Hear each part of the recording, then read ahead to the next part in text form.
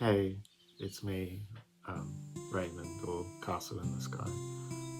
And I thought I'd just take this opportunity to talk about the game soundtracks that I've been making and what's the story behind them, what's the meaning behind them, and what's the inspiration. So I thought I'd just take that opportunity to do that and share that with you.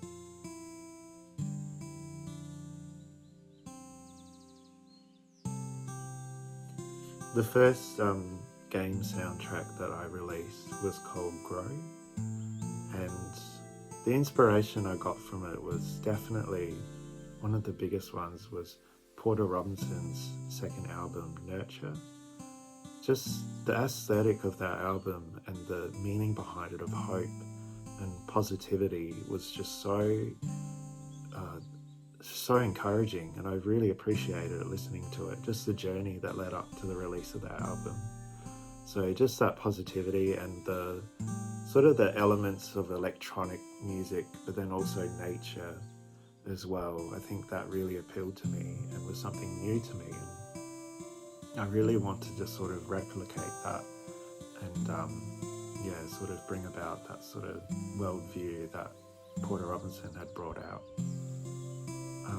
Something else that also inspired me was when I was younger, and this goes with a lot of the stories that I make up and the soundtracks that go with it. Just imagining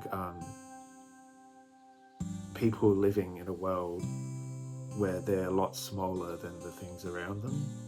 Basically like tiny people living in a garden or things like that. Like think of the Studio Ghibli movie. I can't think of the name at the moment, but where they're the borrowers, it's based off of that story. The story of Grow is basically centered around the creative process and what does it mean to create? Why do we create? What's the purpose of it? Are we benefiting just ourselves, or is it to benefit others? And that's sort of the point of Grow.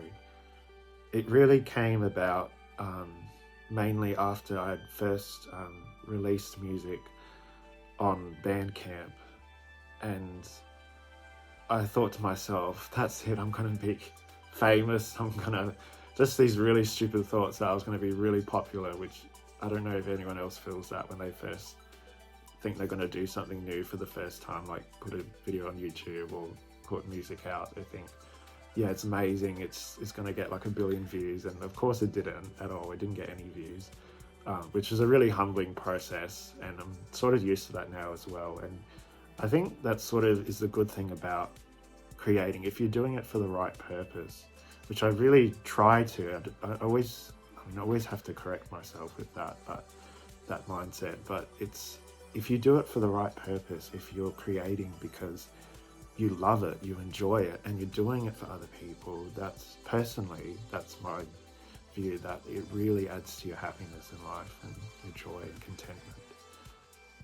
So what had happened was that I had released that music on Bandcamp, and before I released it, I put it up for review, so someone to review it, and the person reviewing it was really nice, and they said, basically in very short terms, I listened to your music, I can't review it right now at this moment, but feel free to put it out there, sort of thing. I was like, okay. So not really much of a response at the time, I thought, but later on it really taught me that I had to, for myself personally, I had to really try and improve in my music, in the way I expressed my video game soundtracks and the worlds I was trying to portray. My goal in making the music was, of course, to try and copy Porter Robinson's Nurture album initially, but because I'm not that skilled at all, I just couldn't make it like that. And the tracks that I did try to make, like the track called Great Expectations,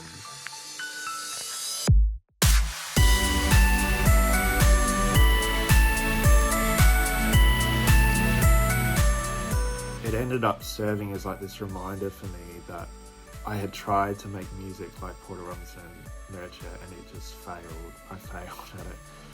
And the track kind of ended up serving that purpose in the story, that the main character, in a time where he's trying to prove himself, to show his creativity, and it really ends up just being a copy of someone else's work, and not genuine, not really the best that they could do according to their own inspiration, if that makes sense. Basically, the story of Grow is that this main character, Cherothy, he gets washed up on this land after he tries to escape this great war that's happening in this land, in this world. And he washes up on this land. He gets saved by these villagers of this town. And in this town, they're known for creating things called clusters, which the clusters are like amalgamations of creative energy, or sort of the force behind creativity, and putting it into a physical object like a crystal or something like that in the story. And so he goes on this quest, and while he's there, and he feels like he's got this new lease on life, and he tries to make a cluster, and he goes about it, and he makes something, and he feels really proud of it, and then he shares it with others, and then it doesn't really get the reception that he thought he would get. And then he kind of tries really hard to like copy, as I mentioned before, like this other person in the story, his work, and it just doesn't come across. But then when he's sort of given up all hope, that's when the war starts coming and reaching this village where they are, and they have to escape. So after Cherothy's made his cluster, he leaves it there at the village and abandons it and walks past. And the track in the Grow soundtrack called For Someone Else,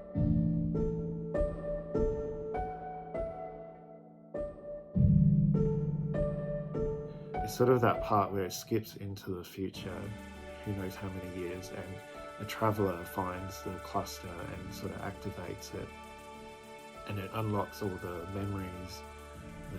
It's showing like a montage sort of memory of Cherothy's time at the village, and all the trials he went through, but then also the joys as well, and of creating.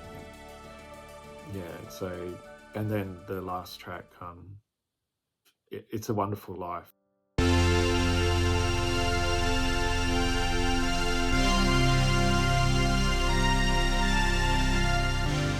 It's just sort of encapsulating that sort of meaning of, yes, we all go through trials, we all go through difficult things, but we can find joy in life, and we can focus on the positive. And it's sort of like the end credits scene where it's showing like just every single character that's been in the game, sort of like a credits scene, because if I made the game, it would just mainly be made by myself. Another inspiration as I was developing the story for the game, and I was really interested in what Porter Robinson was interested in while creating Nurture, like the soundtrack to Wolf Children, and I've listened to it quite a bit, and it's just so awesome. I don't know how else to describe it, but just very like grounded, and I don't know how else to describe it, but it's just that earthy nature to it. It's just so so inspiring. Also, Studio Ghibli just generally inspires me, hence the name Castle in the Sky for my music project. So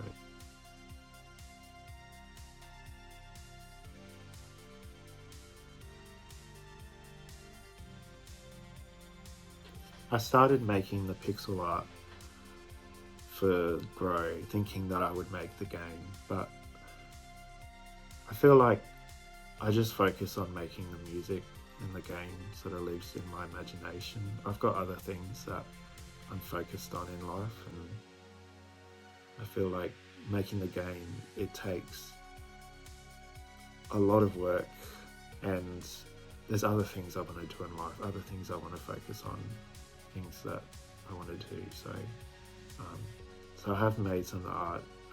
You might be able to see it here on the video.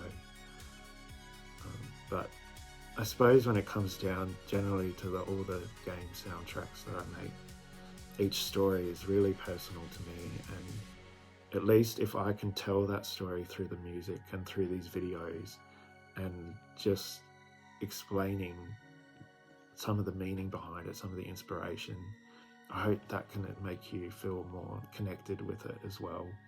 So yeah.